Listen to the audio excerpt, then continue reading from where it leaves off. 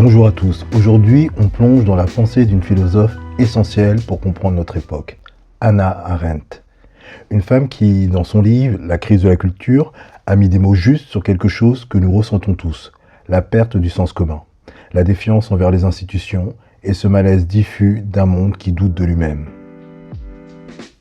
Pourquoi ce livre, publié en 1961, semble-t-il parler directement de notre temps? Parce qu'il éclaire ce que nous vivons.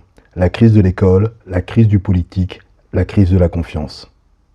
Et parce qu'il nous aide à comprendre comment l'accélération de la technique, des réseaux et de l'information bouleverse notre rapport au monde. Pour comprendre cette pensée, il faut revenir sur le parcours d'Hannah Arendt. Née en 1906 en Allemagne dans une famille juive assimilée, elle étudie la philosophie auprès de Martin Heidegger et de Karl Jaspers. Mais Arendt ne se voyait pas vraiment comme une philosophe au sens traditionnel du terme. Elle préférait se définir comme une théoricienne politique, c'est-à-dire comme quelqu'un qui cherche à comprendre ce qui arrive aux hommes lorsqu'ils vivent ensemble. L'irruption du nazisme bouleverse sa vie. Arrêtée puis libérée, elle fuit l'Allemagne, passe par la France avant de s'exiler définitivement aux États-Unis. Elle devient alors une intellectuelle en exil, sans patrie, sans statut, apatride pendant de longues années.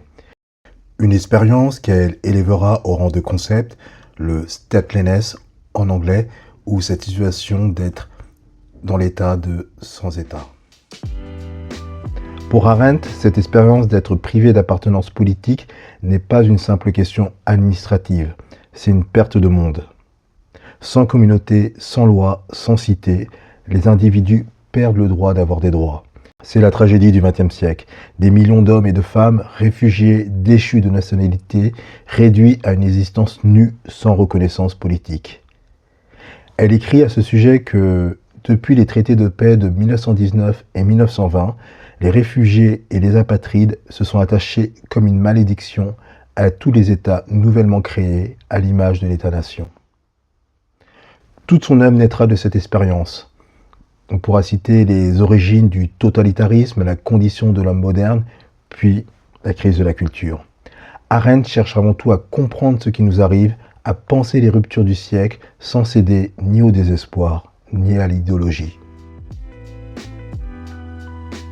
Dans la crise de la culture, Arendt rassemble plusieurs essais sur la tradition, l'autorité, l'éducation et la politique. Ce n'est pas un manuel, mais un diagnostic. Elle y décrit la rupture entre le monde moderne et le monde hérité. Pendant des siècles, chaque génération transmettait un monde, des valeurs, une culture. Mais la modernité, dit-elle, a préféré le neuf à l'ancien, le changement à la mémoire, l'innovation à la continuité. Et aujourd'hui, ce mouvement s'est accéléré à une vitesse vertigineuse. Les informations se succèdent sans durée, les réseaux sociaux transforment la parole en spectacle et l'intelligence artificielle redéfinit même la notion de savoir et de création. Arendt écrivait déjà « Ce qui nous unit n'est plus ce que nous avons en commun, mais ce que nous consommons ensemble. » On pourrait dire aujourd'hui ce que nous scrollons ensemble. Mais pour Arendt, cette crise n'est pas seulement sociale ou technologique. Elle est plus profonde. C'est une rupture avec la tradition, un arrachement aux racines grecques et romaines de notre civilisation. Pendant plus de 2 millénaires, l'Occident s'est pensé à travers cette tradition. Les Grecs avaient donné au monde l'idée que penser, c'est chercher la vérité au-delà des opinions. Platon distingue déjà le philosophe tourné vers les idées de la foule soumise à la doxa, l'opinion commune. La philosophie naît donc d'une exigence de vérité partagée, d'un effort pour s'élever au-dessus du simple « on dit ». Et Aristote ajoute à cela la dimension politique.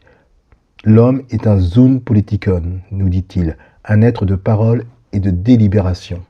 Chez lui, la police n'est pas un espace d'administration, mais un lieu de parole libre où les hommes constituent ensemble un monde commun. Les Romains, eux, prolongent cette pensée par le sens du monde durable, du mundus construit et transmis. Ils inventent le droit, la citoyenneté, l'idée de fondation. Tout acte politique digne de ce nom cherche à durer, à inscrire les vivants dans une continuité historique. Le mot religio, avant d'être religieux, signifiait ce qui relie, ce qui tient ensemble le passé et l'avenir. Or, explique Arendt, c'est ce lien entre générations que la modernité a rompu. Depuis la Renaissance et surtout les Lumières, l'homme moderne s'est voulu libre du passé. Mais en se libérant de la tradition, il s'est aussi délivré du sens. Il ne sait plus à quelle autorité se référer, ni sur quel socle fonder le jugement. Elle écrit « La rupture du fil de la tradition signifie que nous ne savons plus répondre à la question « Que voulons-nous transmettre ?» Cette phrase est capitale.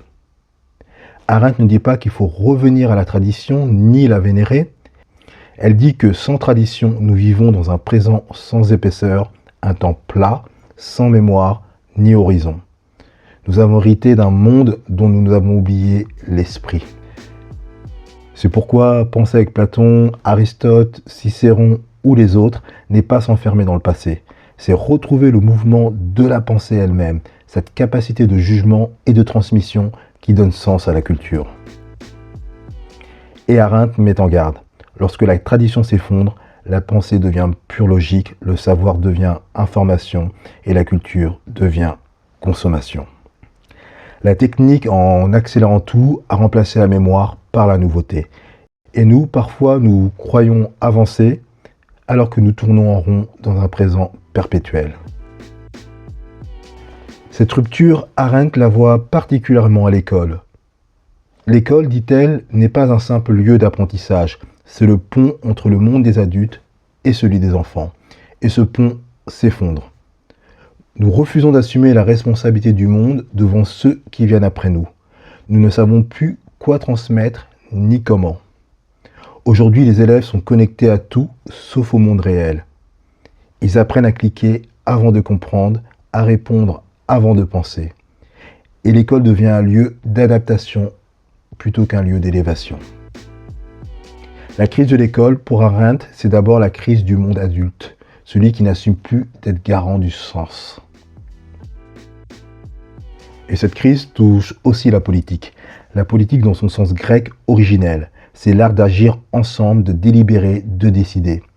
Mais dans le monde moderne, elle s'est transformée en administration, en gestion, en communication. Aujourd'hui, la politique est aussi menacée par un nouveau pouvoir, celui des algorithmes. L'espace public s'est déplacé sur des plateformes où l'attention vaut plus que la vérité. Le débat s'y perd dans le bruit et le citoyen, pris dans la masse des données, ne sait plus à quelle parole se fier. Quand la politique ne relie plus, elle divise. Quand la parole ne construit plus un monde commun, elle devient un flux. Et cette perte du sens du « nous », amplifiée par la technologie, est au cœur de la crise que décrivait déjà Arendt. Alors, pourquoi lire ou relire Arendt aujourd'hui ? Parce qu'elle nous rappelle que penser, c'est déjà agir. Que la philosophie n'est pas une fuite dans le passé, mais un moyen de reprendre pied dans le présent. Elle écrit « Le miracle qui sauve le monde, c'est la naissance de nouveaux êtres capables de commencer quelque chose de neuf. » Cette idée du recommencement est peut-être la clé. Dans un monde où l'intelligence artificielle semble tout imiter, où les machines produisent des textes, des images, des réponses, Arendt nous dit « La vraie nouveauté n'est pas technique, elle est humaine. Elle naît du courage de penser par soi-même, de parler aux autres, de reconstruire du sens, là où tout semble fragmenté. » La crise de la culture n'est donc pas un livre du passé, c'est un miroir du présent. Arendt nous invite à redevenir responsable du monde, à retrouver le sens de la lenteur et à redonner à la culture sa fonction première. Non pas divertir, mais relier. Parce qu'au fond, ce que la technique accélère, seule la pensée peut encore l'habiter. Merci d'avoir écouté cet épisode. Si cette réflexion vous a parlé, partagez-la, abonnez-vous et surtout, continuez à penser par vous-même. Je vous dis à très bientôt.